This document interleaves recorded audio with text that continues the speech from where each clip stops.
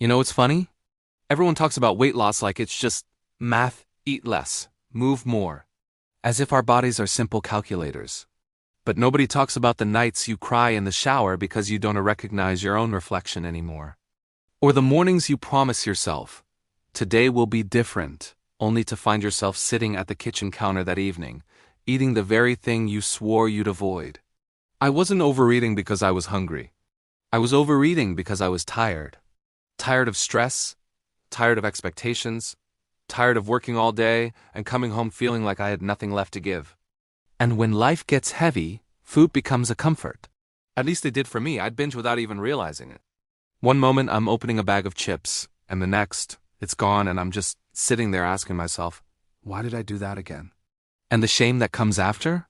That hits way harder than the calories. I really did try everything. Keto, intermittent fasting, no sugar, no carbs, expensive gym memberships, intense cardio challenges, apps that tracked every single bite, and a whole cabinet full of supplements from Amazon. I even listened to motivational podcasts on my commute. Nothing worked.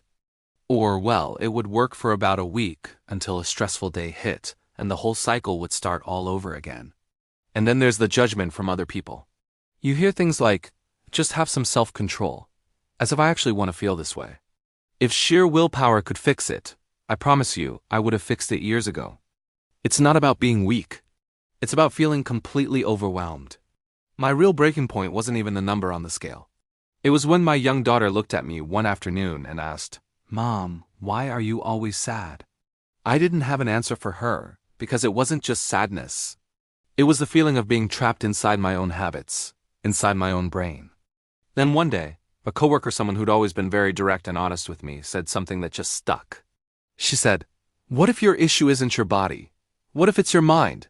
She told me she had started doing these meditation sessions based on Buddhist practices. Not for peace or spirituality, but specifically to calm her impulses, reduce cravings, and slow down those emotional eating triggers. At first, I was skeptical. Meditation for weight loss?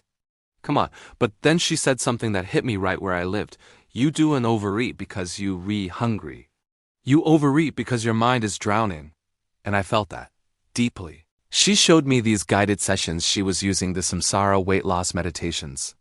They were essentially audio tracks inspired by techniques Buddhist monks used to manage appetite during long periods of fasting. There was no diet, no supplements, and no killer workouts. It was just about retraining your brain to stop the chaos before it turns into cravings. She told me, just give it 15 minutes a day. See what happens.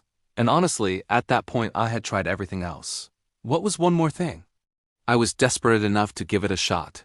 It didn't happen overnight, but after just a few days, I noticed something subtle. I wasn't reaching for snacks automatically when I sat down to watch TV. I wasn't eating just because I was stressed from work. For the first time, my cravings weren't screaming at me. I felt in control. It was like someone had finally turned down the constant noise inside my head. And once the cravings weren't controlling me anymore, my choices started to change.